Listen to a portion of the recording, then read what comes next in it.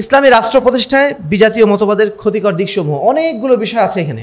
বিজাতীয় মতবাদ একটা দুটো না, অসংখ্য আছে। বহুত্ববাদ, সমাজে বহুত্ববাদ নিয়ে আসতে হবে, তা না? সবাইকে এখানে সুযোগ দিতে হবে। ট্রান্সজেন্ডার যারা, তাদেরকেও সুযোগ দিতে হবে। যারা যে অনৈতিক কাজ করুক না কেন, পারস্পরিক সম্মতি যদি থাকে সব ঠিক আছে। এখন যে আপনি ইসলামী রাষ্ট্র গড়বেন, ইসলামী রাষ্ট্র কোন মাযহাব অনুযায়ী গড়বেন, যখনই আপনার ইসলামী রাষ্ট্র প্রতিষ্ঠিত হয়ে যাবে তখন আপনার আসবে। এই যে নারী নীতি যারা প্রণয়ন করেছেন, তারা কিন্তু তাদের জায়গায় কিন্তু স্ট্রং। তারা বলছে না, ধর্ম তোমরা ব্যক্তিগত মানলে মানো, কিন্তু একটা সিভিল ল তো থাকা দরকার রাষ্ট্রে, যেটা সবাই মানতে পারে। সবকিছুকে তারা একটা সুন্দর একটা পোশাকি একটা মোড়ক দিয়েছে, যেটা শুনতে খুব ভালো লাগে, কিন্তু ওর ভিতরে বিষ ঢুকানো। ধর্মনিরপেক্ষতাবাদ আমাদেরকে এমনই স্লো পয়জনিং করে ফেলেছে। আমাদের বাচ্চারা আমাদের মুসলিম পরিবারে তারা জন্মগ্রহণ করছে, আমাদের মুসলিম সমাজে তারা বসবাস করছে, কিন্তু তাদের চিন্তা চেতনা সব ইউরোপিয়ান চিন্তা চেতনা। রাজনীতি যখন আমরা মূল জিনিস মনে করছি, তখন আমাদের ভরসা কিন্তু আল্লাহর উপর আর থাকছে না। ভরসা কোন দিকে চলে যাচ্ছে? পাওয়ারের উপরে। রাজনীতি মানে কি? একটা ক্ষমতা, তাই না? এই ক্ষমতার দিকে আমাদের মূল ফোকাসটা চলে যাচ্ছে। আহলে হাদিস আন্দোলন বাংলাদেশ, আসুন পবিত্র কুরআন ও সহিহ হাদিসের আলোকে জীবন গড়ি। আসসালামু আলাইকুম ওয়া রাহমাতুল্লাহি ওয়া বারাকাতুহু। ইন্নাল হামদুলিল্লাহি ওয়াহদা ওয়াসসালাতু ওয়াসসালামু আলা মান লা নাবিয়্যা বা'দা, আম্মা বা'দ। ফাআউযু বিল্লাহি মিনাশ শাইতানির রাজীম। বিসমিল্লাহির রহমানির রহিম। হুয়াল্লাযী আরসালা রাসূলাহু বিল হুদা ওয়া দীনিল হক লিইয়ুযহিরাহু আলাদ দীনি কুল্লি ওয়ালাউ কারিহাল মুশরিকুন। وعن المقداد بن الأسود رضي الله تعالى عنه قال سمعت رسول الله صلى الله عليه وسلم لا يبقى على ظهر الأرض بيت مدر ولا وبر إلا أدخله الله كلمة الإسلام بعز عزيز أو ذل ذليل رواه أحمد بإسناد صحيح। নির্ভেজাল তাওহীদের ঝান্ডাবাহী দেশের অনন্য যুব সংগঠন বাংলাদেশ আহলে হাদিস যুব সংঘ কর্তৃক আয়োজিত যুব সংঘের সর্বোচ্চ কর্মপরিষদ, সর্বোচ্চ মানে কর্মীদের স্তর, কেন্দ্রীয় কাউন্সিল সদস্য প্রশিক্ষণ 2025-এর উপস্থিত যুব সংঘের সংগ্রামী কেন্দ্রীয় দায়িত্বশীল বৃন্দ এবং আমার সামনে উপস্থিত বাংলাদেশের বিভিন্ন প্রান্ত থেকে আগত যারা বাংলাদেশের বিভিন্ন প্রান্তে পবিত্র কোরআন এবং সহিহ হাদিসের দাওয়াত প্রচার এবং প্রসারে রাহবারের ভূমিকা পালন করছেন, সেই প্রাণপ্রিয় কেন্দ্রীয় কাউন্সিল সদস্যবৃন্দ, প্রশংসা আল্লাহ রাব্বুল আলামিনের জন্য, দরুদ ও সালাম বর্ষিত হোক শেষ নবী আহমদ মুস্তফা মুহাম্মদ মুস্তফা সাল্লাল্লাহু আলাইহি ওয়াসাল্লামের প্রতি। আজকে যে বিষয়টা নিয়ে আমাকে প্রশিক্ষণ দেওয়ার জন্য বলা হয়েছে, সেটা হচ্ছে ইসলামী রাষ্ট্র প্রতিষ্ঠায় বিজাতীয় মতবাদের ক্ষতিকর দিকসমূহ। আজকে বর্তমান সময়ে সবচেয়ে বেশি আলোচ্য বিষয় যেটা আমাদের, সেটা হচ্ছে ইসলামী রাষ্ট্র, ইসলামী সমাজ সংস্কার, এই সমস্ত বিষয়গুলো, তাই না? বিগত 5ই আগস্টের আগ পর্যন্ত মানুষ, একটা সময় এমন হয়েছিল যে মানুষ ভুলেই গেছিল এগুলো বিষয়ে আলোচনা করতে। মানুষ মনে করছিল এগুলো বিষয়ে আলোচনা একেবারে বেফুজুল, মানে ফুজুল আর কি, মানে অনর্থক আলোচনা। এরকম একটা অবস্থানে অনেকেই চলে গিয়েছিলেন। আহলে হাদিস আন্দোলন বাংলাদেশ সর্বাবস্থায়, যে অবস্থায় থাকুক না কেন, তারা কিন্তু তাদের আলোচনা এসব বিষয় নিয়ে কখনোই বন্ধ করেনি। আমাদের প্রশিক্ষণের একটা গুরুত্বপূর্ণ বিষয় সবসময় এটা ছিল ইসলামী রাষ্ট্র নিয়ে, তাই না? ইসলামী সমাজ সংস্কার নিয়ে সবসময় আমরা বলেছি কথা। আমাদের যে সমাজ সংস্কারের 4টি স্থায়ী কর্মসূচি, বইটা এটা কবে বের হলো? বেশি দিন কিন্তু হয়নি, 2016, 17, 18 এর মধ্যেই হলো। যদিও সমাজ বিপ্লবের ধারা যে বইটা, এটা অনেক আগে বের হয়েছে। তারপরে যে বইটা নিয়ে আজকে আমরা মূলত আলোচনা করছি, 3টি মতবাদ, এটার জন্ম হয়েছে সেই 1986 সালে, বহু আগে। অর্থাৎ আমরা কিন্তু আমাদের আলোচনা থেকে কখনোই এই বিষয়টা মুছে দেইনি। আমরা হয়তো মনে করতে পারে মানুষ যে এরা হচ্ছে নন পলিটিক্যাল, এদের পলিটিক্যাল কোনো মানে চিন্তাধারা নাই, এদের পলিটিক্যাল কোনো হেদায়েত নাই, এরা শুধুমাত্র মানুষের কাছে দাওয়াত কি মানে শিরক বেদাতের দাওয়াত দেয়, খোঁচাখুচি করে, মাসলা মাসাইল নিয়ে ঝামেলা করে, এটা বোধহয় অনেকে আমাদের অনেকে ধারণা করে। কিন্তু আমাদের আলোচনাগুলো কিন্তু সবসময় রাষ্ট্রমুখী, সমাজ সংস্কারমুখী, সমাজের সার্বিক কল্যাণমুখী। এটা কিন্তু আমাদের সবসময় আমাদের দিক মানে আমাদের অবস্থান ছিল। সম্মানিত উপস্থিতি, ইসলামী রাষ্ট্র প্রতিষ্ঠায় বিজাতীয় মতবাদের ক্ষতিকর দিকসমূহ অনেকগুলো বিষয় আছে এখানে। বিজাতীয় মতবাদ একটা দুটো না, অসংখ্য আছে। তার মধ্য থেকে 2-3টা আমরা বেছে নিয়েছি। কেন? কারণ এই 3টা মূলত আমাদের ধর্মীয় সমাজকে বিশেষভাবে ক্ষতিগ্রস্ত করছে। আমরা যারা ধর্মের কথা বলি, আমরা যারা আদর্শের কথা বলি, আমরা যারা নৈতিকতার কথা বলি, সর্বোপরি ইসলামের বিজয়ের যারা কথা বলি, তাদের জন্য 3টি মতবাদ বয়ে যে 3টি মতবাদের কথা বলা হয়েছে, 3টি মতবাদ সবচেয়ে বেশি ক্ষতিকর। প্রথম যে মতবাদের কথা আমরা জানি, সেটা হচ্ছে তাকলিদ শাখসি, মানে অন্ধ ব্যক্তি পূজা। অন্ধ ব্যক্তি পূজা, এটা হচ্ছে আমাদের জন্য সবচেয়ে বেশি ক্ষতিকর। মানব জাতির প্রাচীন রোগ, তারা সবসময় মানে কাউকে না কাউকে একটা আদর্শ বানিয়ে নেয়, কাউকে না কাউকে একটা এমন জায়গায় পৌঁছে দেয় যেখানে তাকে অন্ধভাবে তারা অনুসরণ করে। মানুষের এটা একটা মানে কি বলবো ফিতরাতি বৈশিষ্ট্য। আল্লাহ রাব্বুল আলামিন এইভাবে তাকে সৃষ্টি করেছেন যে কাউকে সে অনুসরণ করতে পছন্দ করে, একেবারে শতভাগ একটা আনুগত্য নিয়ে, শতভাগ একটা আত্মসমর্পণ নিয়ে সে কাউকে না কাউকে অনুসরণ করতে পছন্দ করে। সেই জায়গা থেকে তাকলিদটা হচ্ছে আমাদের এই আলোচনায় এসছে বিজাতীয় মতবাদের তালিকায়। তো এই যে বিজাতীয় মতবাদের তালিকায় আমরা এসছে যে তাকলিদের সঙ্গে আমরা সবাই জানি, তাই না? তাকলিদ মানে কি? অন্ধ ব্যক্তি পূজা তো বটেই, অন্ধ অনুসরণ কীভাবে? কারো কথাকে বিনা দলিলে মেনে নেওয়া, বিশেষ করে শারীরিক বিষয়ে কারো কথাকে বিনা দলিলে মেনে নেওয়া, এটার নামে আমরা তাকলিদ বলি। এর বিপরীতটা কি? অনুসরণ করা কিন্তু নিষিদ্ধ না, কেউ না কেউ অনুসরণীয় হবে, এটা স্বাভাবিক। কিন্তু কে অনুসরণীয় হবেন, কিভাবে অনুসরণীয় হবেন? অনুসরণীয় নিঃসন্দেহে আমাদের রসুল মোহাম্মদ রসুল্লাহ সাল্লাল্লাহু আলাইহি ওয়াসাল্লাম, তাই না? তাকে অনুসরণের মাধ্যমটা কি হবে? বিদ্দালিল, অবশ্যই কিতাবুস সুন্নাহ, মানে দলিলের সাথে। আমরা রসুলকে অনুসরণ করি কিভাবে? দলিলের মাধ্যম দিয়ে। দলিল ছাড়া আমরা তাকে কিভাবে পেতাম, তাকে কিভাবে অনুসরণ করতাম? তার কাছ থেকে যে দলিলগুলো এসছে সেই দলিলগুলোকে আমরা অন্ধভাবে অনুসরণ করি। অনুসরণ করাটা মূলত বা অন্ধভাবে অনুসরণ করাটা মূলত নিন্দনীয় নয়। নিন্দনীয় কখন হবে? যখন সেটা বিলা দলিল হবে, কোনো দলিল ছাড়াই। আমাদেরকে একমাত্র অন্ধ অনুসরণ করতে বলা হয়েছে একমাত্র কাকে? আমাদের নবী মুহাম্মদ রাসূলুল্লাহ সাল্লাল্লাহু আলাইহি ওয়াসাল্লামকে। এটাও যদি আল্লাহ রাব্বুল আলামিন না বলতেন তাহলে কিন্তু আমাদের করতে হতো না। আল্লাহ বলছেন ওমা আরসালনা মির রাসূলিন ইল্লা লিইউতা বিইজনি। যে রসুলকে আল্লাহ রাব্বুল আলামিন প্রেরণ করেছেন তাকে মূলত আনুগত্য করা হয় কেন? আল্লাহরই নির্দেশে। আল্লাহ যদি আমাদের নির্দেশ না দিতেন আমরা রাসূলকেও অন্ধভাবে অনুসরণ করতাম না। রাসূলকে কেন অন্ধ অনুসরণ করছি বা একেবারে শতভাগ অনুসরণ করছি কেন? কোনো রকম বিচার বিশ্লেষণ ছাড়াই কেন আনুগত্য করছি? কারণ আল্লাহ রাব্বুল আলামিন আমাদেরকে নির্দেশ দিয়েছেন। এই কারণে আমরা তাকে শতভাগ অনুসরণ করি, তাকে আমরা কোনো রকম কোশ্চেন ছাড়াই, কোনো রকম শর্ত ছাড়াই। মুসলিম উম্মার মধ্যে তাকলিদটা ঢুকলো কখন?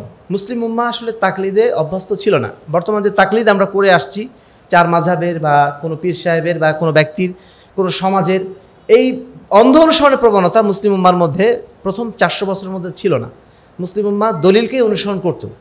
মুসলিম উম্মা সর্বদা দলিলকে অনুসরণ করে এসেছে। এবং ইমাম ইবনে তাইমিয়া যেটা বক্তব্য তিনি বলছেন যে কথাটা মানে 400 বছর আগে, অর্থাৎ 400 হিজরির মধ্যে সবাই এটাই অনুসরণ করতেন। ইমাম ইবনে তাইমিয়া বলছেন মান ফাতাদ দলিল যাল্লা সাবিল, যে ব্যক্তি দলিল হারিয়ে ফেললো সে ব্যক্তি পথ হারিয়ে ফেললো। অমাদ দলিল ইল্লা মা জাআ বির রাসূল, এবং দলিল শুধুমাত্র সেটাই যেটা রাসূলের পক্ষ থেকে এসেছে। রাসূলের পক্ষ থেকে কী এসেছে? পবিত্র কুরআন এবং আল্লাহ রাসূলের পক্ষ থেকে শুধু হাদিস না, কুরআন এসেছে। কুরআনটা নাজিল হয়েছে কার ওপরে?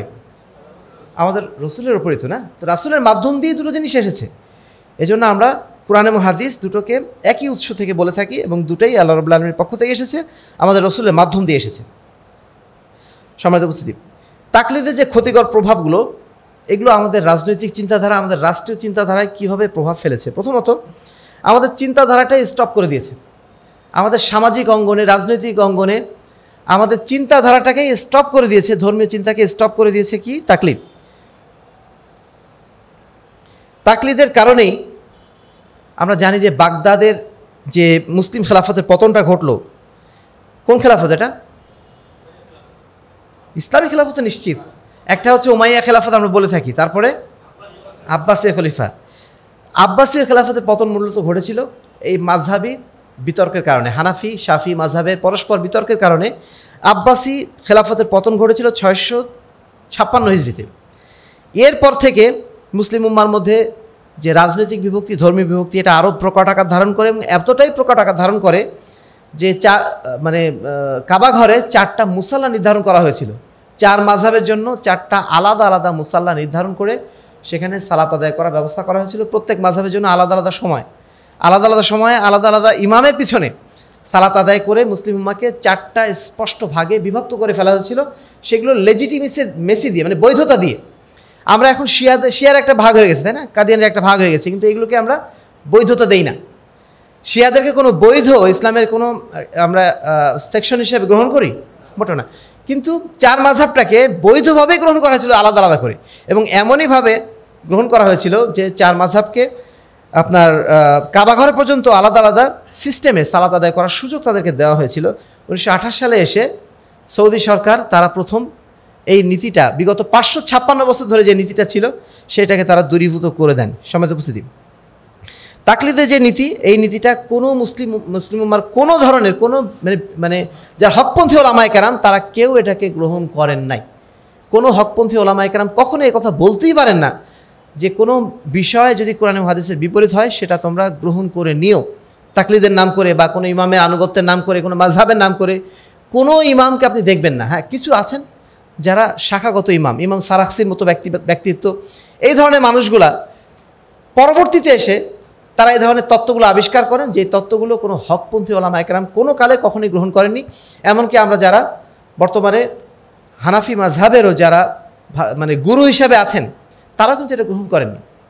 আব্দুল হাই লখনবীর নাম আপনারা শুনেছেন, আনোয়ার শাহ কাশ্মীরির নাম শুনেছেন, তাদের বড় বড় ভেটারান ওলামায়ে কেরাম, কিন্তু তারাও কিন্তু এই কথা কখনো বলেন না যে অন্ধভাবে বা কোরআন এবং হাদিসের বিপরীতে এই সমস্ত বিষয়গুলো তারা গ্রহণ করতে হবে, এটা তারা কেউ কখনো বলেন নাই। আমাদের যিনি মানে অনুসরণের ব্যক্তিত্ব ভারত উপমহাদেশের শাহ ওলিউল্লাহ দেহলভী, তিনি তার হুজ্জাতুল্লাহিল বালিগা যে গ্রন্থটা এখন হানাফি মাযহাবের সব মাদ্রাসায় পড়ানো হয়। আশ্চর্যের বিষয় আমরা বুঝি না যে আসলে তারা এই অংশটা পড়ান কিনা, যে অংশটাতে ওই যে হেকায়াতু আহলির রায় ও আহলিল হাদিস যে অংশটা মানে পড়ানো হয় আছে সেখানে আর কি, দ্বিতীয় কি তৃতীয় অধ্যায় সম্ভবত, কিন্তু এটা যে পড়ানো হয় কিনা আমার মানে মনে হয় না। কারণ এটা যদি মানে আমাদের এই ভাইয়েরা পড়তেন তাহলে কখনোই তারা তাকলিদের এই গণ্ডির মধ্যে নিজেদেরকে কখনো আবদ্ধ রাখতে পারতেন না। কখনোই তারা বলতে পারতেন না যে আহলে হাদিস এই ফেরকাটা জন্ম হয়েছে মূলত ইংরেজদের আমলে। এই কথাটা বলার কোনো সুযোগ তাদের ছিল না। শুধুমাত্র এই বইটা যদি তারা ভালোভাবে পড়তেন, আহলুল হাদিসদের জন্ম, আমরা যদি বলতে চাই আসল কথাটা তাহলে আমাদের বলতে হয় যে দেওবন্দি মাযহাব, দেওবন্দ একটা মাযহাবে পরিণত হয়েছে এখন, তাই না? তো এই দেওবন্দি মাযহাবের জন্ম কিন্তু মূলত ইংরেজদের আমলেই হয়েছে। দেওবন্দি মাযহাবের জন্মটা ইংরেজদের আগে ছিল না, ইংরেজদের আমলেই তাদের জন্ম হয়েছে। আমাদের জন্ম আল্লাহ রাসূল সাল্লাল্লাহু আলাইহি ওয়াসাল্লামের যুগের পরবর্তী যুগে, অর্থাৎ ইমাম আহমদ বিন হাম্বলরা যখন তারা শুরু করলেন সুন্নাহর পক্ষে, তারা যখন জোর আন্দোলন শুরু করলেন, তখন থেকে মূলত এই আহলে হাদিস আন্দোলনের জন্ম। তাহলে যেটা বলছিলাম, প্রথম যেটা আমাদের ক্ষতিকর দিকগুলো সেগুলো হচ্ছে চিন্তার স্থবিরতা, যেটা বলে আল জুমুদ, চিন্তার স্থবিরতা তৈরি হয়। 2 নম্বর হচ্ছে ফিকহি মতভেদের নামে মুসলিম উম্মার মধ্যে বিভাজন তৈরি হয়। এখন যে আপনি ইসলামী রাষ্ট্র গড়বেন, ইসলামী রাষ্ট্র কোন মাযহাব অনুযায়ী গড়বেন, এই প্রশ্ন আপনার যখনই আপনার ইসলামী রাষ্ট্র প্রতিষ্ঠিত হয়ে যাবে তখন আপনার আসবে সামনে যে এই দেশটা কোন মাযহাব অনুযায়ী চলবে, এই প্রশ্ন আসবে না? এই প্রশ্নের অ্যান্সারটা আপনি কীভাবে দেবেন? 4 মাযহাবের এই ভাগাভাগি রেখে আপনি ইসলামী রাষ্ট্র প্রতিষ্ঠা করবেন কিভাবে? ওইখানে যে আপনার আরেকটা শুরু হয়ে যায় মারামারি। আপনি না হয় এতদিন আপনার মারামারি করলেন সেকুলারদের সাথে, এদের সাথে মারামারি করে আপনি জিতে গেলেন, জিতে যে আপনি এখন ইসলামী রাষ্ট্র গঠন করতে নেমেছেন, ঠিক সেই সময় আপনাকে এসে বাধা দেবে এই 4টা মাযহাব এসে, একজন এক এক কথা বলবে। সেক্ষেত্রে আমাদের সমাধানটা কী হবে? সমাধান কিন্তু তারা টানতে পারবেন না। এই সমাধান আমাদের কাছে আছে, কিন্তু তারা কি টানতে পারবেন? পারবেন না। তো রাজনৈতিক ক্ষেত্রে বিভেদের জায়গাটা ফিকহি শুধু মতভেদ না, এটা একটা রাজনৈতিক বিভেদেরও একটা জায়গা তৈরি করে দেয়। ফলে মুসলিম উম্মার মধ্যে কী সৃষ্টি হয়? অনৈক্য সৃষ্টি হয়। আর 3 নম্বর ক্ষেত্রে হচ্ছে আমরা যারা রাষ্ট্র চালাতে গেলে নানা ধরনের নতুন নতুন বিষয় আসবে, সেই বিষয়গুলো সমাধান করার জন্য আমাদের নিঃসন্দেহে সেই শুধুমাত্র যদি আমরা হেদায়া নিয়ে বসে থাকি, উসুলে শাসি নিয়ে বসে থাকি, কুদুরি নিয়ে বসে থাকি, আমরা কি সমাধান করতে পারবো? মাযহাবী মতে কিন্তু তারা কিন্তু ওইখানে স্টপ হয়ে গেছেন, তাদের আর আগানোর সুযোগ নেই, তারা ওইখানে স্টপ। কিন্তু এখন যদি তারা রাষ্ট্র প্রতিষ্ঠা করেন, রাষ্ট্র প্রতিষ্ঠার ক্ষেত্রে নতুন নতুন যে বিষয়গুলো আসবে এগুলো ফয়সালা তারা কিভাবে করবেন? দুর্রে মুখতার দিয়ে, রাদ্দে মুখতার দিয়ে, ফতোয়া আলমগিরি দিয়ে এখনকার সমস্যা দূর করা যাবে? সমস্যাগুলো এখন দূর করা যাবে না। এজন্য নিঃসন্দেহে আমাদেরকে নতুন করে ইজতিহাদ করতে হবে, এবং এই ইজতিহাদের দুয়ার যদি উন্মুক্ত আমরা না করি তাহলে ইসলামী রাষ্ট্রে যে নতুন নতুন বিষয়গুলো আসবে সেগুলো আমরা সমাধান করতে পারবো না। তো ইসলামী রাষ্ট্রের রাষ্ট্রীয় পর্যায়ে একটা জড়তা সৃষ্টি হবে, এটাও জুমুদ বলতে পারি আমরা, জুমুদ সৃষ্টি হবে। এই 3টা ক্ষতিকর দিক, প্রত্যেকটা তিনটা করে ক্ষতিকর দিক আমরা বের করার চেষ্টা করছি। তাকলিদের যে ক্ষতিকর দিকগুলো আমাদের ইসলামী রাষ্ট্র প্রতিষ্ঠায় বাধা দেবে, সেই 3টা বিষয় আমরা এখানে উল্লেখ করলাম। দ্বিতীয় যে বিষয়টি সেটি হচ্ছে ধর্ম নিরপেক্ষতাবাদ, যেটাকে আমরা বলি সেকুলারিজম। এটাই হচ্ছে বর্তমান যুগের সবচেয়ে বড় মারণাস্ত্র, যেটা মানে পারমাণবিক বোমার চেয়ে মুসলিম উম্মাকে বেশি ক্ষতিগ্রস্ত করে ফেলেছে, আমাদের চিন্তা ভাবনাকে সম্পূর্ণ অন্যদিকে নিয়ে চলে গেছে। যেটা আমরা বুঝতেই পারছি না, আমাদের অজান্তেই আমাদের চিন্তাভাবনা অন্যদিকে নিয়ে চলে গেছে। এই মতবাদের যেটা মূল কথা, সেই মূল কথাটা কি, তারা মুখে মুখে বলেন এটা হচ্ছে উদারতাবাদ, লিবারালিজম, অর্থাৎ সবাইকে সমাজের মধ্যে অ্যাক্সেস দেওয়া। কিন্তু এর মাধ্যম দিয়ে তারা মূলত যেটা প্রতিষ্ঠিত করতে চান সেই জিনিসটা কি, religion should not be allowed to come into politics. ধর্মকে রাজনীতির মধ্যে আসতে দেওয়া যাবে না। ধর্ম মানুষের ব্যক্তিগত বিষয়। মানুষ মসজিদে যাবে, আপনার মাজারে যাবে, মন্দিরে যাবে, সেখানে যে তার কথা আল্লাহর কাছে বলবে, ওগুলো আবার রাষ্ট্রের মতো জায়গায় কেন আসবে? রাষ্ট্রের মতো যদি জায়গায় আসে, শুধুমাত্র কেন ইসলাম ধর্ম আসবে সেখানে? তাহলে তো হিন্দু ধর্ম আসা দরকার। সেখানে সমাজে তো বহু রকম ধর্ম বসবাস করে, তাই না? সবাইকে সেখানে অ্যাক্সেস দিতে হবে। এই চিন্তাধারাগুলো তারা আমাদের মধ্যে খুব সুকৌশলে পুশ করে দেয়, এবং পুশ করে দেয় আমাদের মনস্তত্ত্বকে, আমাদের নৈতিকতাকে, আমাদের আদর্শের জায়গায় সবগুলোকে ডাউন করে ফেলে দেয়, এবং সেটাকে শুধুমাত্র মসজিদের মধ্যে আবদ্ধ করে ফেলে, এবং বাইরে আমাদেরকে এই বিষয়ে কোনো কথা বলতে দেওয়া হয় না বা বলার সুযোগই দেওয়া হয় না। ফলে আজকে কি হচ্ছে, সব জায়গায় ধর্মহীনতা কীভাবে প্রতিষ্ঠিত হচ্ছে। আপনারা দেখছেন যে নারী নীতি নিয়ে বর্তমানে কি হচ্ছে। এই যে নারী নীতি যারা প্রণয়ন করেছেন, তারা কিন্তু তাদের জায়গায় কিন্তু স্ট্রং। তারা বলছে না, ধর্ম তোমরা ব্যক্তিগত মানলে মানো, কিন্তু একটা সিভিল ল তো থাকা দরকার রাষ্ট্রে, যেটা সবাই মানতে পারে। ধর্ম তো সবাই মানবে না। ইসলাম ধর্মের অনুসারী কিন্তু ইসলামকে মানতে চায় না, এরকম তো অনেকে আছে। হিন্দু ধর্মের অনুসারী কিন্তু হিন্দু ধর্ম মানতে চায় না, এরকম তো অনেক আছে। তাদের জন্য একটা সিভিল ল থাকবে, এবং সেই সিভিল লটাই হবে রাষ্ট্রের আসল ল। আর এগুলো হবে পার্ট টাইম ল। এগুলো তোমার মানতে চাইলে মানো, না মানো, এটা মানে অপশনাল। আর কম্পালসারিটা কী হবে, সিভিল ল। সম্মানিত উপস্থিতি, কীভাবে আমাদের মাথায় এগুলো ঢুকিয়ে দিচ্ছে, এবং তারা খুব স্ট্রংলি সেটা বলছে। এবং আমাদের কি বলবো, রাষ্ট্র ক্ষমতায় যারা এখন আছেন, তারা এটাকে খুব সাদরে গ্রহণ করে নিয়েছেন। ডক্টর ইউনূস সরকারকে আমরা অত্যন্ত ভালোভাবে নিয়েছিলাম, কিন্তু তিনি কিন্তু আমরা দেখতে পাচ্ছি বর্তমানে যে তাকে আমরা বলি এনজিও সরকার, না? তিনি কিন্তু চেষ্টা করছেন কিন্তু এই মতবাদটা বিশেষ করে প্রতিষ্ঠিত করার জন্য। মানে সংস্কার কমিশন প্রায় 13টা গঠন হয়েছে। অন্য যে সংস্কার কমিশনগুলো আছে, তারা যখন কোনো কিছু উপস্থাপন করেছে তাদের কাছে, তারা কিন্তু ওইটা নিয়ে এমন উচ্ছ্বাস প্রকাশ করেনি যতটা উচ্ছ্বাস প্রকাশ করেছে এই বিষয়টা নিয়ে। বেশ কয়েকটা পোস্ট আপনারা দেখেছেন নিশ্চয়ই, প্রধান উপদেষ্টার পেজ থেকে ফেসবুকে দেওয়া হয়েছে বেশ কয়েকটা পোস্ট, মানে নারী নীতির পক্ষে। অর্থাৎ তারা চাচ্ছেন সমাজে একটা সমতা নিয়ে আসতে, তথাকথিত সমতা। এই সমতা তারা নিয়ে আসবেন কি দিয়ে? এই ধর্মনিরপেক্ষ মতবাদ দিয়ে। তাহলে ধর্মনিরপেক্ষ মতবাদের মূল কথা কি? মানুষকে, সবাইকে অ্যাক্সেস দেওয়া, একটা উদারতাবাদ প্রচার করা, এটা কি মূল উদ্দেশ্য? মূল উদ্দেশ্য এটা না। মূলত সমাজকে ধর্মমুক্ত করে ফেলা, রাষ্ট্রকে ধর্মমুক্ত করে ফেলা, ধর্মকে শুধুমাত্র মসজিদের মধ্যে সীমাবদ্ধ করে ফেলা, এটাই তাদের মূল চেষ্টা। এবং এই চেষ্টাটা আসলে আজকের যুগে না, এটা মূলত মানে খ্রিস্টানদের মধ্যে একটা সময় ছিল, যেই সময়ে তারা মানুষের উপর অত্যাচার করতো ধর্মের নাম দিয়ে। সেজন্য তারা মানে তাদের সামাজিক প্রেক্ষাপট থেকে, তাদের ধর্মীয় প্রেক্ষাপট থেকে এই জিনিসটা তারা আবিষ্কার করেছিল। এটা তাদের জন্য কল্যাণকর হতে পারে, তাদের জন্য উত্তম হতে পারে। কিন্তু একজন মুসলিমের সব কিছু, সমস্ত কোড অফ লাইফ সব নির্ধারিত আল্লাহর পক্ষ থেকে, সেখানে কোনো চেঞ্জ আনা, সিভিল লয়ের নামে সেখানে অন্য কিছু ঢুকানো, এটা কোনো সুযোগ আছে? কখনো কোনো সুযোগ নেই। মুসলিম সমাজে ধর্মনিরপেক্ষতাবাদ নিঃসন্দেহে ধর্মহীনতারই নামান্তর। আচ্ছা, এর ক্ষতিকর যে প্রভাবগুলো, প্রথম হচ্ছে এই যে আল্লাহর সার্বভৌমত্বকে নিশ্চিত অস্বীকার করতে হবে। আপনি যদি ধর্মনিরপেক্ষতাবাদকে মেনে নেন, আপনাকে নিশ্চিতভাবে আল্লাহ রাব্বুল আলামিনের সার্বভৌমত্বকে আপনার অস্বীকার করতে হবে, অথবা আল্লাহকে প্যারালাল রাখতে হবে। পাশাপাশি আল্লাহও ঠিক, আবার আল্লাহকে বাদ দিয়ে সব অন্য কিছুও ঠিক। যেমন বললাম না, এখন শরিয়া আইনও ঠিক, আবার সিভিল লও ঠিক, দুটোই ঠিক। হয় আল্লাহকে অস্বীকার করবেন, অথবা দুটোকে পাশাপাশি রাখবেন। ইসলামে কুফরি যেমন গ্রহণযোগ্য নয়, ঠিক তেমনই শিরকও গ্রহণযোগ্য নয়, তাই না? দুটো পাশাপাশি রাখার নামটা কি? এটা কি শিরক? এটা কুফরি না। আপনি আল্লাহকে অস্বীকার করছেন না, কিন্তু আল্লাহর বিধানের পাশাপাশি আরেকটা বিধানকেও আপনি স্বীকৃতি দিচ্ছেন। তার মানে কি? ওটার নামটা কি? না, সেটা তো নিঃসন্দেহে, কিন্তু ওটার নামটা কি? ওটা কি কুফরি বলবে? ওটা কি কুফরি বলা হবে না শিরক বলা হবে? আচ্ছা, শিরক এবং কুফরির ধারণা সম্পর্কে আমাদের স্পষ্টতা আছে কিনা? কুফরি মানে কি? আল্লাহকে সরাসরি অস্বীকার করা।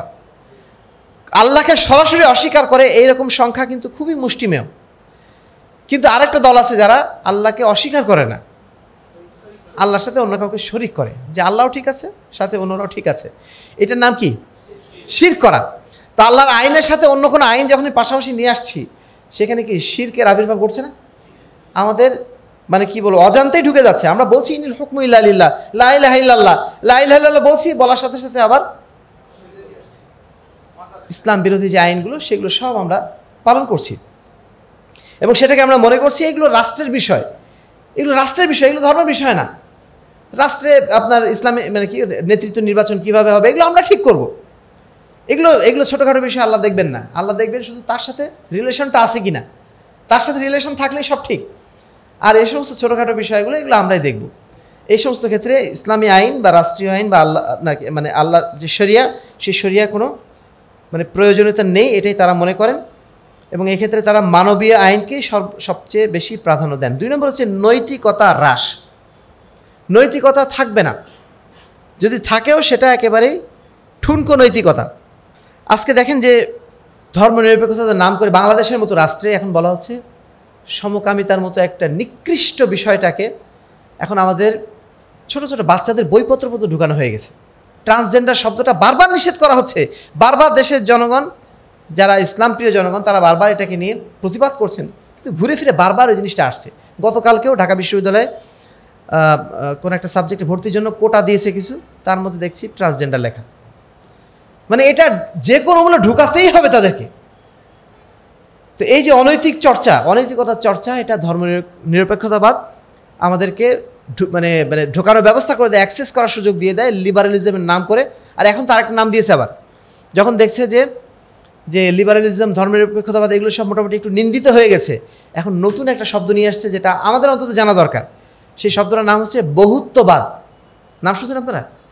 আমাদের এই যে নতুন যে উপদেষ্টা মাহফুজ আলম, এই ছেলেটা বারবার বলছে এটা, যে বহুত্ববাদ, সমাজে বহুত্ববাদ নিয়ে আসতে হবে। তা না মানে কি, সবাইকে এখানে সুযোগ দিতে হবে। ট্রান্সজেন্ডার যারা, তাদেরকেও সুযোগ দিতে হবে। যারা যে অনৈতিক কাজ করুক না কেন, পারস্পরিক সম্মতি যদি থাকে সব ঠিক আছে। এই যে বহুত্ববাদ, এটাকে তারা সমাজের বুকে ঢোকানোর জন্য খুবই চেষ্টা করছে। এটা মূলত ধর্মনিরপেক্ষতাবাদেরই আরেকটা রূপ। এটাকে তারা বলছে প্লুরালিজম। সব কিছুকে তারা একটা সুন্দর একটা পোশাকি একটা মোড়ক দিয়েছে, যেটা শুনতে খুব ভালো লাগে, কিন্তু ওর ভিতরে বিষ ঢুকানো।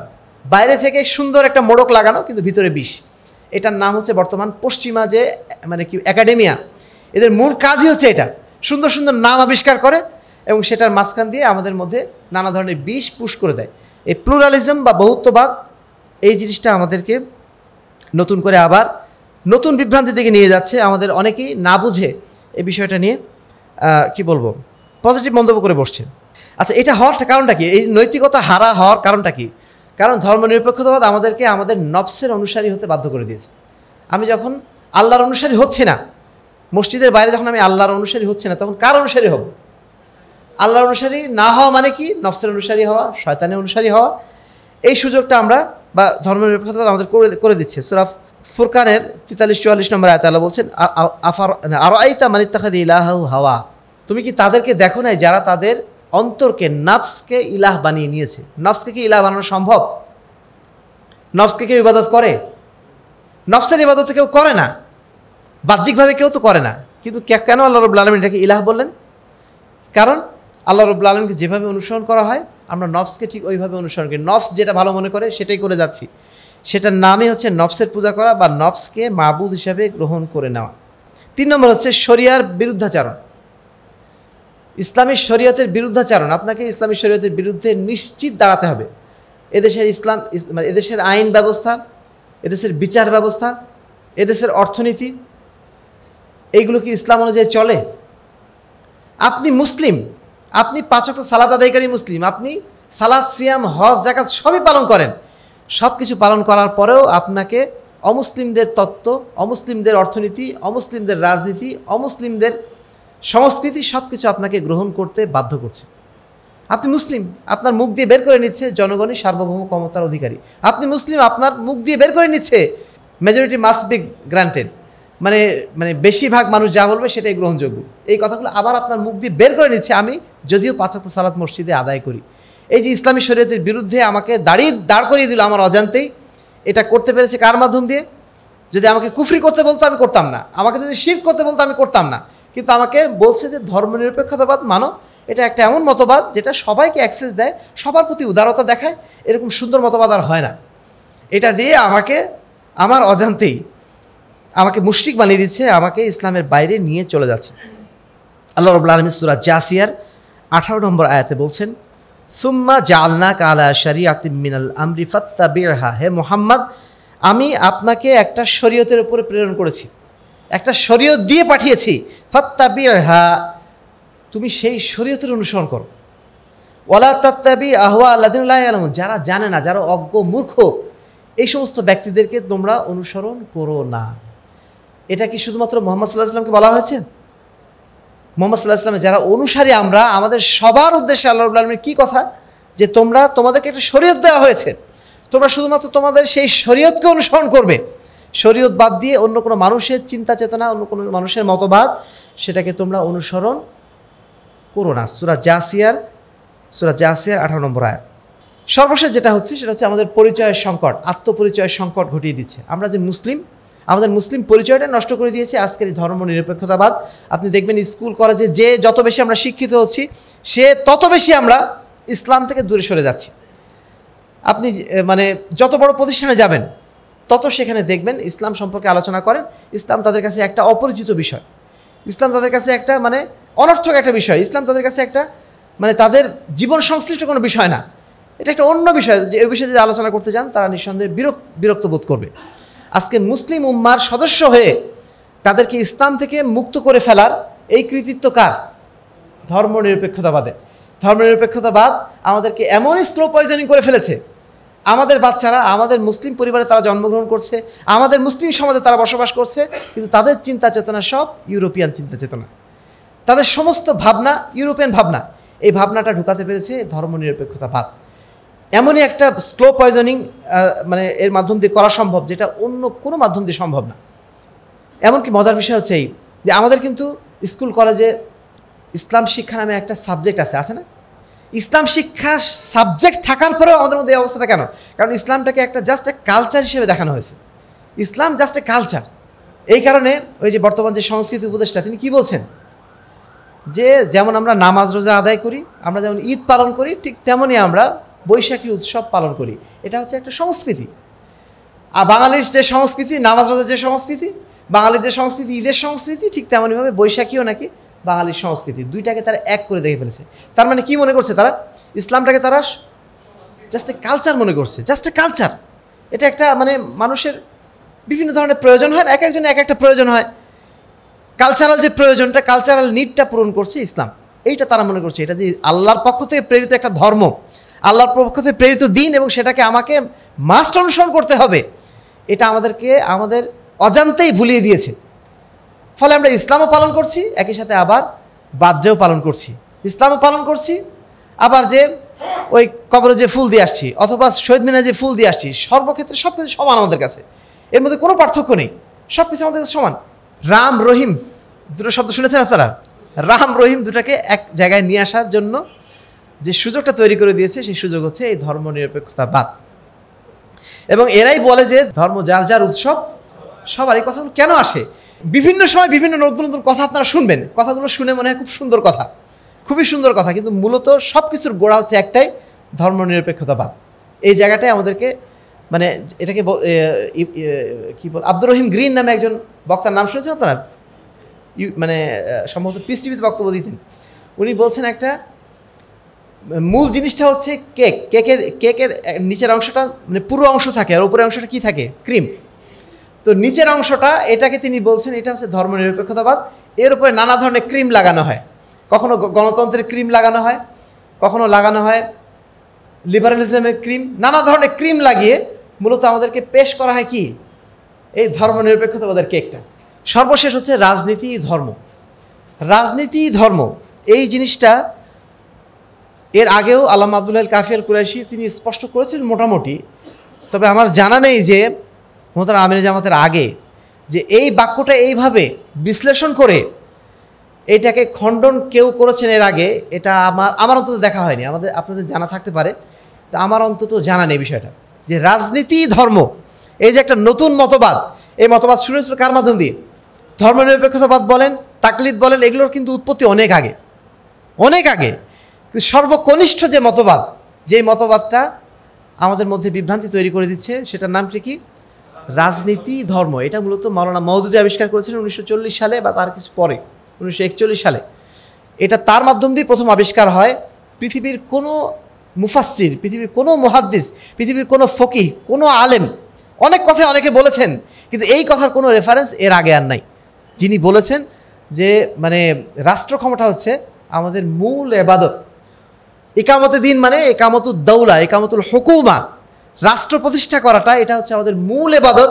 আর বাকি অন্যান্য সমস্ত ইবাদত হচ্ছে এই ইবাদতের যোগ্য হওয়ার জন্য বা রাষ্ট্র ক্ষমতায় যাওয়ার জন্য আমাদের একটা ট্রেনিং কোর্স। এই কথাটা সর্বপ্রথম তার মুখ দিয়ে বের হয়। এবং এই জন্য মানে যারা মওদুদী মতবাদের অনুসারী তারা বলে থাকেন যে মানে মওদুদী এসেই তো ইসলামটাকে নতুন করে তিনি প্রচার করলেন, নতুনভাবে প্রতিষ্ঠিত করলেন। এর আগে তো ইসলাম হারিয়ে গিয়েছিল, আল্লাহ রসুলের পরে নাকি ইসলাম হারিয়ে গিয়েছিল। তারা ইসলামটাকে নতুন করে পুনর্জীবন দান করেছেন এই নতুন তত্ত্বের মাধ্যম দিয়ে। অথচ এই তত্ত্বের পক্ষে কোনো একজন আলেম নেই। ইসলাম তো এরকম খালি খালি আসে না, ইসলামের একটা সিলসিলা আছে। ইসলাম, আমি আজকে একটা নতুন কথা বললাম, সেই নতুন কথা বলে আমি পার পাবো? ইসলাম যত বেশি পুরানো হয় তত বেশি সেটা কি, সেটা তত বেশি ইনট্যাক্ট, তত বেশি সেটা আল্লাহ রসুল সাল্লাল্লাহু আলাইহি ওয়াসাল্লামের কাছাকাছি। যত বেশি পুরানো হবে, নতুন কোনো মতবাদ যেগুলো আসছে, যেগুলোর সাথে কোনো রিলেশন নেই, আগের রিলেশন নেই, সেই মতবাদটা কোনো অবস্থাতেই গ্রহণযোগ্য না। আপনি এতদিন পরে একটা নতুন করে ব্যাখ্যা আপনি আবিষ্কার করবেন, সেটা আপনার কাছে মনে হচ্ছে খুব ভালো। এই খুব ভালো হওয়ার জন্য আপনার অবশ্যই রেফারেন্স লাগবে। রেফারেন্সটা কি? পূর্ববর্তী ওলামায়ে কেরামের কোনো রেফারেন্স লাগবে, ধারাবাহিকভাবে সিলসিলা ধরে, এককভাবে না। একজন বিচ্ছিন্ন একটা কথা বলেছে সেটা গ্রহণযোগ্য না, আপনাকে অবশ্যই সিলসিলা ধরে আসতে হবে। সাহাবায়ে কেরাম বলেছেন, তারপরে তাবেঈনে এদাম বলেছেন, তার পরবর্তী ওলামায়ে কেরাম বলেছেন, ধারাবাহিকভাবে একটা সিলসিলা আপনার আসতে হবে। নতুন করে একটা বানোয়াট কথা বলে দিলেন আর মনে করলেন যে না সেটাই ঠিক, সমাজ উপস্থিতি। তো এই যে রাজনীতি ধর্ম, এটা হচ্ছে আমাদের বর্তমানে ইসলামী দল যারা আমরা পরিচালনা করছি, ইসলামী সংগঠন যারা পরিচালনা করছি, তাদের জন্য সবচেয়ে বড় আমাদের একটা বিভ্রান্তির জায়গা হচ্ছে এই রাজনীতি ধর্ম। এটা মূলত আবিষ্কার হয়েছিল কেন? যে ধর্ম এবং রাজনীতি দুটো আলাদা করে ফেলেছিল না ধর্মনিরপেক্ষতাবাদ। ধর্মনিরপেক্ষতাবাদ এসে দুইটাকে আলাদা করে দিয়েছে। একটা ধর্ম থাকবে মসজিদের মধ্যে, রাজনীতি থাকবে রাজনীতির জায়গায়। ইনারা এসে বলছে একদম ঠিক উল্টাটা। তারা বলছেন যে রাজনীতিই ধর্ম। মসজিদে তো আছেই, মসজিদ মানে একবার রাজনীতিই তারা ধর্ম বানিয়ে ফেললেন। আর মসজিদে তো তারা অপশনাল বানিয়ে ফেললেন। মসজিদে তুমি অত বেশি সালাত আদায় করো না করো এটা দরকার, মানে বেশি আমাদের ইম্পর্টেন্ট না। আমাদের ইম্পর্টেন্টটা হচ্ছে তুমি রাষ্ট্র ক্ষমতার জন্য কতটুকু কাজ করেছো। এই জন্য তারা দুইটা ভাগ করে নিয়েছে, একটা হচ্ছে খেদমতে দিন, আরেকটা হচ্ছে একামতে দিন। খেদমতে দিন মানে কি? আমরা যে এমনি দাওয়াত দিচ্ছি, সালাত সিয়ামের দাওয়াত দিচ্ছি, এগুলো সব ছোটোখাটো কাজ, এগুলো হচ্ছে দিনের খেদমত করা। আর যারা একামতে দিনের কাজ করছে, যারা হরতাল করছে, যারা মারামারি করছে, গাড়ি ভাঙচুর করছে, এরা হচ্ছে একামতে দিনের আসল কর্মী। এরাই হচ্ছে মূল লোক। তারা ইসলামের দাওয়াতটা সঠিকভাবে বুঝেছে। তারা এমনভাবে ব্যাখ্যা করে যে যখন আমরা আজান শুনি, এই আজানটা মূলত সালাতের আহ্বান না, এই আজানটা মূলত রাষ্ট্র ক্ষমতা প্রতিষ্ঠার আহ্বান। হাইয়া আলাস সালাহ, তারপরে কি হাইয়া আলাল ফালাহ। ফালাহ মানে কি? তাদের কাছে ফালাহ মানে হচ্ছে রাষ্ট্র ক্ষমতায় যাওয়া। ফালাহ মানে সালাতে না, সালাতে তো আসলাম, হাইয়া আলাস সালাহ একবার বললাম, তারপরে কি হাইয়া আলাল ফালাহ মানে কি? কল্যাণ। কল্যাণ মানে কি? রাষ্ট্র ক্ষমতায় আগে যেতে হবে, ওটাই হচ্ছে আসল কল্যাণ। এই কল্যাণগুলো মানে রাষ্ট্র ক্ষমতার কল্যাণটা অর্জন করার জন্য সালাত হচ্ছে একটা ট্রেনিং কোর্স। এইভাবে তারা ইবাদতের মূল লক্ষ্যই তার পরিবর্তন করে ফেলে দিয়েছে। তো এটা যেটা ক্ষতিকর দিক, প্রথমত হচ্ছে ইসলামের মূল লক্ষ্যের মধ্যে ভ্রান্তি চলে আসা। ইসলামের মূল টার্গেটটা কি? ইসলামের মূল টার্গেট হচ্ছে তাওহীদ প্রতিষ্ঠা করা। ওমা খালাকতুল জিন্না ওয়াল ইনসা ইল্লা লিয়াবুদুন। আমি জিন এবং ইনসানকে একমাত্র এই জন্যই সৃষ্টি করেছি যেন তারা আমার আবেদ হয়ে যায়, আমার দাস হয়ে যায়, আমার কাছে আত্মসমর্পণ করে, আমার বিধিবিধানকে তারা মেনে চলে। এটাই ইসলামের মূল লক্ষ্য। পৃথিবীতে কোনো নবী, কোনো রাসূল তাওহীদ বাদ দিয়ে অন্য কোনো দাওয়াত কি সমাজে নিয়ে এসেছেন? সবারই একটাই দাবি ছিল যে কুলু লা ইলাহা ইল্লাল্লাহ তুফলিহু, তোমরা বলো যে আল্লাহ ছাড়া কোনো মাবুদ নেই, আল্লাহ ছাড়া কোনো ইলাহ নেই, আল্লাহ ছাড়া কারোর অনুসরণ করা যায় না। এটাই সবার বক্তব্য ছিল। কেউ এই কথা বলেন নাই যে রাষ্ট্র ক্ষমতা আমাদের প্রতিষ্ঠা করতে হবে। আর রাষ্ট্র ক্ষমতা প্রতিষ্ঠায় যদি মূল উদ্দেশ্য হতো, তাহলে প্রত্যেক নবী আম্বিয়াকে আল্লাহ রাব্বুল আলামিন শাসক বানিয়ে পাঠাতেন, শাসক বানিয়ে পাঠিয়ে দিতেন। কিন্তু যখন পাঠান নাই, তখন আমাদের স্পষ্ট বুঝতে হবে এটাই যে আল্লাহ রাব্বুল আলামিনের উদ্দেশ্য মূলত এটা ছিল না। মূলত উদ্দেশ্য ছিল তাওহীদ প্রতিষ্ঠা করা। এবং তাওহীদ প্রতিষ্ঠার বিষয়টা এমন, তাওহীদ প্রতিষ্ঠা করার জন্য আপনি একজন ব্যক্তিও যথেষ্ট। একজন ব্যক্তির মধ্যে যদি প্রতিষ্ঠা করেন, ওটা প্রতিষ্ঠিত হয়ে গেল। রাষ্ট্র প্রতিষ্ঠা করতে পারলে নিঃসন্দেহে সেটা উত্তম, কিন্তু এটা আপনার মূল টার্গেট না। 2 নম্বর যেটা সমস্যা, সেটা হচ্ছে ইসলামের ভারসাম্য হারিয়ে যাওয়া। ইসলামে আমরা বলি একটা কমপ্লিট কোড অফ লাইফ, তাই না? কিন্তু এরা যেটা করে নিয়েছে, রাজনীতিটাকে সম্পূর্ণ আলাদা করে ফেলেছে। রাজনীতিটাকে সব কিছু যখন করে ফেলেছে তারা, ইসলামের অন্যান্য দিকগুলো কোথায় গেল তাহলে? ইসলামে শুধু রাজনীতি আছে? রাজনীতি বাদ দিয়ে আরও যে অংশগুলো, ওগুলো কোথায় যাবে? এই যে বিষয়টা, ফলশ্রুতিতে দেখা গেছে ইসলাম শুধু রাজনীতির নাম হয়ে গেছে, এবং এটা বাদ দিলে ইসলামের যে অন্যান্য অংশগুলো, সেগুলোকে আমরা হারিয়ে ফেলছি। ইমাম শেখ আলবানী বলছেন যে রাজনীতি হচ্ছে কি? রাজনীতি হচ্ছে, আমরা যদি মানে মূল কাণ্ডটাকে বলি, বা যে গাছের যে মূল কাণ্ড, এটাকে যদি আমরা তাওহীদ বলি, রাজনীতি হচ্ছে এই কাণ্ডের শাখারও শাখা, অর্থাৎ একটা পাতার মতো। একটা পাতাকে আমরা রাজনীতিকে পাতার স্থান দিতে পারি, যেটাকে তারা নিয়ে এসছে একদম মূল কাণ্ডে, গাছের মূল কাণ্ডে নিয়ে এসে চলে এসছে তারা। শেখ আলবানী বলছেন এটা মূলত এর স্থানটা হচ্ছে একটা পাতার মতো, মূল কাণ্ডটা হচ্ছে তাওহীদ, এবং এই তাওহীদের কাণ্ডবে নানা ধরনের বিষয় আছে, তার মধ্যে একটা হচ্ছে রাজনীতি। রাজনীতিটা জীবন মানে কখনোই ইসলামের মূল লক্ষ্য না। রাজনীতি যখন আমরা মূল জিনিস মনে করছি, তখন আমাদের ভরসা কিন্তু আল্লাহর উপর আর থাকছে না, ভরসা কোন দিকে চলে যাচ্ছে?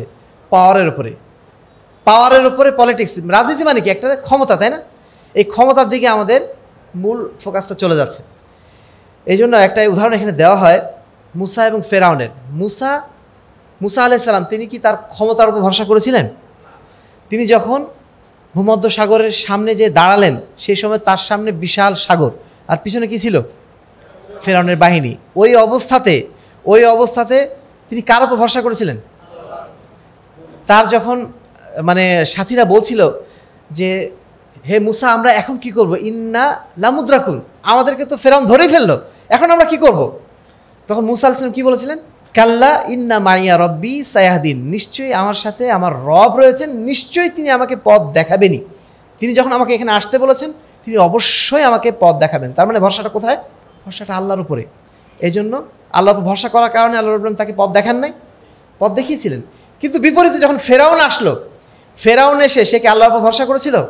যখন সে ওই রাস্তা দিয়ে নামছিল, সে কার উপর ভরসা করেছিল? রাস্তার উপরে। এই রাস্তার উপর যখন সে ভরসা করেছে, তখন কি হয়েছে? সে কিন্তু হারিয়ে গেছে, কিন্তু মুসা আলাইহিস সালাম তিনি কিন্তু পার হয়ে চলে গেছেন। পাওয়ারের উপর ভরসা করার কারণে, ইসলামকে পাওয়ারের উপর নির্ভরশীল করার কারণে এই বিপদটা কিন্তু আসবেই। আপনি মনে করছেন আপনি পাওয়ারে যে ইসলাম প্রতিষ্ঠা করবেন, এটা কি সম্ভব কখনো? পাওয়ারে যে আপনি ইসলাম প্রতিষ্ঠা করবেন, এর নিশ্চয়তা কোথায়? পাওয়ারের উপর ভরসা করছেন আপনি। এখন আমরা আমাদের ভাইদের কাছে সবসময় শুনি এরকম, 5ই আগস্টের আগে তাদের খোঁজই ছিল না, খুঁজেই পাওয়া যেত না। 5ই আগস্টের পরে এসে তারা বলছেন আমাদের সাংগঠনিক শক্তি এত, আমাদের পাওয়ার এত।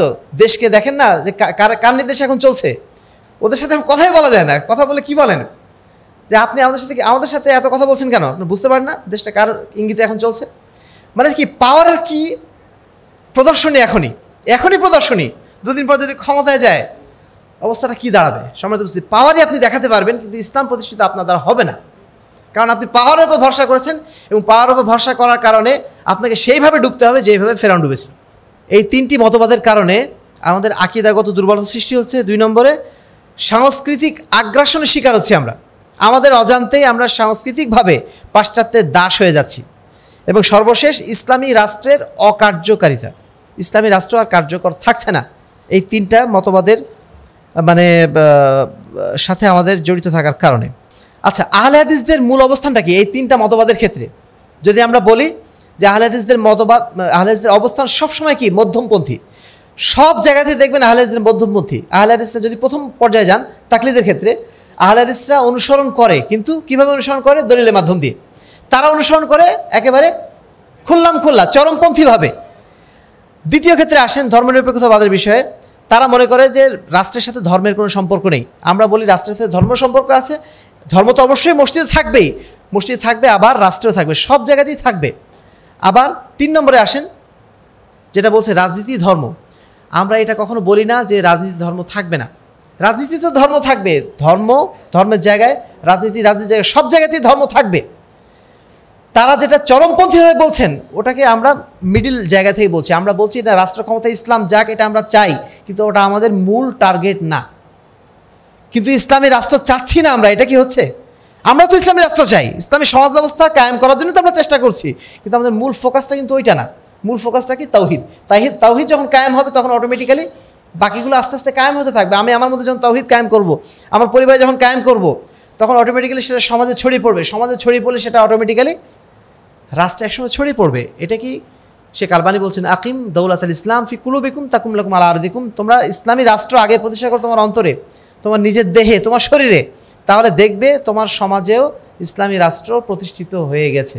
তা আমরা এটাকে অস্বীকার করছি না যে রাষ্ট্র ক্ষমতা ইসলাম যাবে না, এটা অস্বীকার করছি না। আমরা চাই ইসলামী রাষ্ট্র প্রতিষ্ঠিত হোক, তবে নিঃসন্দেহে ওটা আমাদের মূল ফোকাস নয়।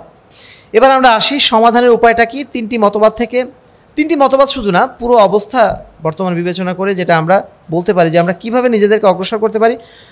মোহতারাম আমির জামাত তিনি তার কয়েকটা বইতে বিভিন্নভাবে লিখেছেন, সেটাকে আমরা যদি সামারাইজ করি, প্রথমত অবশ্যই আমাদেরকে মূল কাজ হচ্ছে আর রুজু ইলাল কিতাব ও সুন্নাহ, আল্লাহর কিতাব এবং রাসূল সাল্লাল্লাহু আলাইহি ওয়াসাল্লামের সুন্নাতের দিকে ফিরে আসা। এটা হচ্ছে আমাদের মূল কাজ। এখন মানুষকে আমরা দাওয়াত দেব কোরআন এবং সহিহ হাদিসের দিকে ফিরে আসার জন্য। এজন্য আমরা বলছি কি, আসুন পবিত্র কোরআন ও সহিহ হাদিসের আলোকে জীবন গড়ি, সকল বিধান বাতিল করো, ওহির বিধান কায়েম করো। মূলত উদ্দেশ্যটা কি?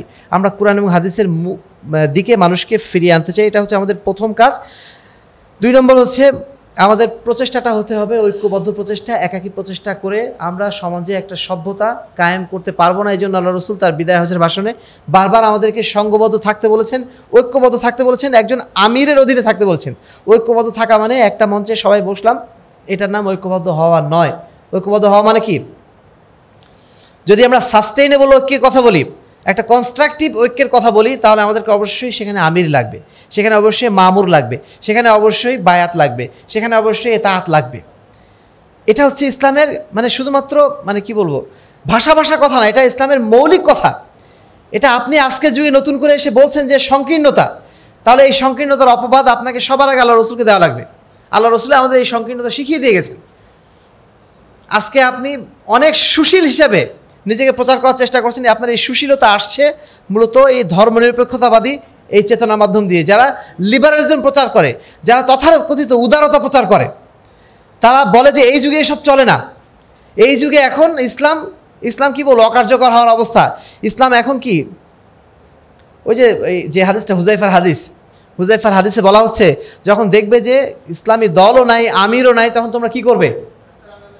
গাছের শিকড় ধরে আঁকড়ে বসে থাকবে। এই জায়গায় তারা চলে গেছেন। তারা আগের অবস্থানগুলো তারা ভাবছেন যে এখন আমির নাই, কিছু নেই, এখন আমরা ওই জায়গায় চলে গেলাম। তারা মূলত ওই লিবারালিজমের ফাঁদে পড়ে গেছেন। তারা মনে করছেন যে এখন আর ইসলামের ওই সমস্ত যুগ আর নাই। এমনকি প্রশ্ন করা হয়েছিল যে আপনারা যে বলছেন এই কথা, তো এটা কীভাবে সম্ভব? তিনি বলছেন যে মানে উদাহরণ দিচ্ছেন যে জাকাতের উদাহরণ। জাকাত কখন ফরজ হবে? যখন আপনার সম্পদ থাকবে। সম্পদ নাই, জাকাত নাই। কিন্তু এখন যেরকম মুসলিম উম্মার মধ্যে যেহেতু একক রাষ্ট্র নাই, খেলাফত নাই, অতএব খেলাফত নাই, আনুগত্য নেই, বায়াত নেই, কিছুই নেই। এই যে একটা খুব সুন্দর একটা সুযোগ তারা পেয়ে গেছেন, এই সুন্দর সুযোগটাকে আমরা বলে থাকি এটা স্কুল পালানো ফতোয়া। যদি আপনি বলেন একটা ছোট বাচ্চাকে তোমার আর স্কুলে আসা লাগবে না, সবচেয়ে আনন্দিত কে হবে? ওই বাচ্চাটাই হবে, কারণ স্কুলে তারা পড়া লাগছে না। যখন এই ধরনের ফতোয়া আপনি দিয়ে দিচ্ছেন, তখন সবচেয়ে আনন্দ কার হবে? ওই সমস্ত ব্যক্তি যাদের আপনি বিভিন্ন বাইন্ডিংসে আনতে চাচ্ছিলেন, তাদেরকে ইসলামী শরীয়তের অধীনে তাদেরকে ঐক্যবদ্ধ করতে চাচ্ছিলেন, তাদের জন্য একটা সুযোগ তৈরি হলো। তারা বললেন থাক, আমাদের এসব দরকার নেই, আমরা এখন নিজের মতো ঘুরে বেড়াবো, মাঝে মধ্যে ফেসবুকে স্ট্যাটাস দেবো, মাঝে মধ্যে দল বেঁধে একটু পিকনিক করবো, মাঝে মধ্যে দল বেঁধে একটু অমুকের সমাবেশে যাব। এই যে একটা সুন্দর পিকনিক ইসলাম, এই পিকনিক ইসলাম পালন করার জন্য আমাদের এই ফতোয়াটা অত্যন্ত কার্যকর হয়েছে। আর 3 নম্বর হচ্ছে আমাদের রাজনৈতিক সচেতনতা। আমাদের রাজনৈতিকভাবে সচেতন হতে হবে। আমরা অবশ্যই শিরক বিদআতের বিরুদ্ধে কথা বলছি, সেই সাথে আমাদের অবশ্যই রাষ্ট্রীয় যে মানে এই মারণাস্ত্রগুলো আসছে নানা রকম, ধর্মনিরপেক্ষতা বলেন, গণতন্ত্র বলেন, এই সমস্ত মাধ্যম দিয়ে আমাদের যে ঈমান আকীদা নষ্ট করার যে চেষ্টাগুলো চালানো হচ্ছে, এগুলো বিষয়ে আমাদেরকে সতর্ক থাকার চেষ্টা করতে হবে। আলহামদুলিল্লাহ আমাদের বাংলাদেশ আহলে যুব সংঘের মাধ্যম দিয়ে আমরা এই ধরনের সেমিনার বিভিন্ন সময় আয়োজন করেছি। আমরা আমাদের তরুণদেরকে সচেতন করার জন্য, তরুণরা যেন এই সমস্ত বিজাতীয় মতবাদের ফাঁদে না পড়ে যায়। জাতীয়তাবাদের মতো একটা মতবাদ, দেখেন আজকে এই বিষয়টা বলতে হচ্ছে এই কারণে, যে এই জাতীয়তাবাদের কারণে, জাতীয়তাবাদ কত বড় একটা কঠিন জিনিস, যেইটার কারণে আজকে ভারতের যারা মুসলমান তারা এখন পাকিস্তানের মুসলমানদের বিরুদ্ধে অবস্থানে বসে আছে। অথচ পাকিস্তানে আক্রমণটা করলো কে? পাকিস্তান তো আগে ইন্ডিয়াতে আক্রমণ করে নাই, ইন্ডিয়া করলো আগে আক্রমণ, করার পরে এখন আমাদের মানে ইন্ডিয়ার যারা মুসলমান তারা আবার ইন্ডিয়ার পক্ষ নিচ্ছে। তারা বলছে যে না, পাকিস্তানের ধ্বংস আমরা চাই, পাকিস্তানে আমরা ধ্বংস চাচ্ছি। তারাও কিন্তু মুসলমান, শুধু মুসলমান না। আমি দেখলাম যে একজন এরকম আছেন, তারা নিজের নামের শেষে লিখে রেখেছে আসারি, অর্থাৎ আহলে হাদিস। আহলে হাদিস হওয়ার পরেও তারা শুধুমাত্র এই কওমিয়াতের কারণে, জাতীয়তাবাদের কারণে তারা ভারতীয়দের পক্ষ নিল, তারা পাকিস্তানের বিপক্ষে অবস্থান নিল। তো এই যে ন্যাশনালিজম, এটাও কিন্তু ধর্মনিরপেক্ষতাবাদের একটা প্রোডাক্ট, ওদেরই একটা প্রোডাক্ট। যুদ্ধ বন্ধ করেন এটা তারা বলতে পারতো, তারা ইন্ডিয়ার সরাসরি পক্ষ নিচ্ছে, পাকিস্তানের বিরুদ্ধে নিচ্ছে, কারণ তারা হচ্ছে ইন্ডিয়ান জাতি। মুসলিম হোক, মুসলিম হওয়াটা তাদের কাছে ফ্যাক্টর না, তাদের ফ্যাক্টর কি? তারা হচ্ছে ইন্ডিয়ানটাই হওয়াটাই তাদের কাছে মূল্যবান হয়ে গেছে, এবং সেটার কারণে তারা তাদের স্বজাতির মুসলিমদের বিরুদ্ধে যখন আক্রমণ চালানো হচ্ছে, সেটা তাদের কাছে আনন্দের বিষয় হয়ে যাচ্ছে। সম্মানিত উপস্থিতি, তাহলে আমরা আলোচনার শেষ লগ্নে চলে এসেছি। মূল কথা হচ্ছে এই যে আহলে হাদিস আন্দোলন বাংলাদেশে আহলে যুব সংঘ এমন একটি সমাজ গড়তে চায় যেখানে থাকবে না প্রগতির নামে কোনো বিজাতীয় মতবাদ, থাকবে না ইসলামের নামে কোনোরূপ মাঝহাবি সংকীর্ণতাবাদ। আমরা কিন্তু প্রথমে বিজাতীয় মতবাদের কথা আগে বলেছি। মাঝহাবি সংকীর্ণতাবাদ এটা পুরনো জিনিস, সেটা আমরা বুঝি, কিন্তু যেটা আমরা বুঝি না সেটা হচ্ছে এই বিজাতীয় মতবাদগুলো। এগুলো যে আমাদের অজান্তে আমাদের মধ্যে ঢুকে আমাদেরকে যেভাবে খেয়ে ফেলছে, এটাকে আমরা টের পাচ্ছি না। এই কারণে এটাকে আমরা আগে বলেছি। তো আশা করি আপনারা এই বিষয়গুলো নিয়ে সচেতন আছেন। শুধু সচেতন আমরা থাকলেই হবে না, আমাদের সমাজকে সচেতন করা আমার দায়িত্ব। আমি একা তো সচেতন হয়েছি, আমার সমাজে যারা আছেন তাদেরকে সচেতন করা আমাদের দায়িত্ব। আমরা বিশেষ করে আপনাদের অনুরোধ করব, প্রত্যেকটা জুমার খুতবায় অন্তত একটা পার্ট আপনারা এটা রেখেন। বিশেষ করে পাশ্চাত্যের যে বিভিন্ন যে মতবাদগুলো আমাদেরকে বারবার বিভ্রান্ত করছে, এই নারী নীতি নিয়ে আমাদের কিন্তু কড়াভাবে কথা বলা দরকার। এইগুলো যে মূলত ধর্মনিরপেক্ষতার ফলাফল, এই বিষয়গুলো আমাদের মানুষের কাছে স্পষ্ট করে বলা দরকার। এবং ইসলামে যে মানবাধিকারের যে নীতিগুলো আছে, শুধুমাত্র বিদায় হজের ভাষণগুলো একটু পড়ে শোনালেই হয়ে যাবে। কীভাবে ইসলামে মানবাধিকারের নীতিগুলো সেখানে বর্ণিত হয়েছে, এগুলো আপনারা বারবার মানুষের কাছে প্রচার করার চেষ্টা করেন, উপস্থাপন করার চেষ্টা করেন। বাংলাদেশ আহলে যুব সংঘ, আহলে হাদিস আন্দোলন বাংলাদেশ ইসলামকে শুধুমাত্র একটা মাসাইলের মধ্যে সীমাবদ্ধ মনে করে না, ইসলামকে সামগ্রিক রূপে চিন্তা করে, ইসলামকে সামগ্রিকভাবে সমাজের বুকে বাস্তবায়ন করার জন্য চেষ্টা করে যাচ্ছে। আর এ কারণেই আমরা সচেতনভাবেই প্রচলিত রাজনীতি থেকে দূরে আছি, সচেতনভাবেই আমরা প্রচলিত রাজনীতি বিরোধিতা করি।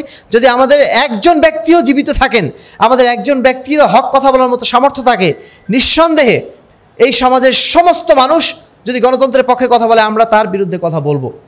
কারণ আমাদের এটাই নীতি। আমাদের এই নীতি কারণে আল্লাহ রাব্বুল আলামিন বহু আগে তার রাসূলের মাধ্যম দিয়ে আমাদেরকে সুসংবাদ দিয়ে গেছেন, লা তাজালু তায়ফাতুম মিন উম্মতি যাহিরিন আলাল হক। আমার উম্মতের মধ্যে একটা দল সর্বদা হকের উপর বিজয়ী থাকবে, রাষ্ট্র ক্ষমতায় বিজয়ী না, হকের উপর বিজয়ী থাকবে। এবং লা ইয়াদুরহুম মান খাযালাহুম হাত্তা ইয়াতি আমরুল্লাহি কাযালিক। তাদেরকে বিভ্রান্ত করার জন্য, পরাজিত করার জন্য, লাঞ্ছিত করার জন্য বহু দল আসবে, তাদেরকে নানাভাবে তুচ্ছ তাচ্ছিল্য করা হবে, কিন্তু তারা সর্বদা আল্লাহর দ্বীনের উপরে কায়েম এবং দায়েম থাকবে। আমরা সেই দলভুক্ত কি হতে চাই? ইনশাআল্লাহ।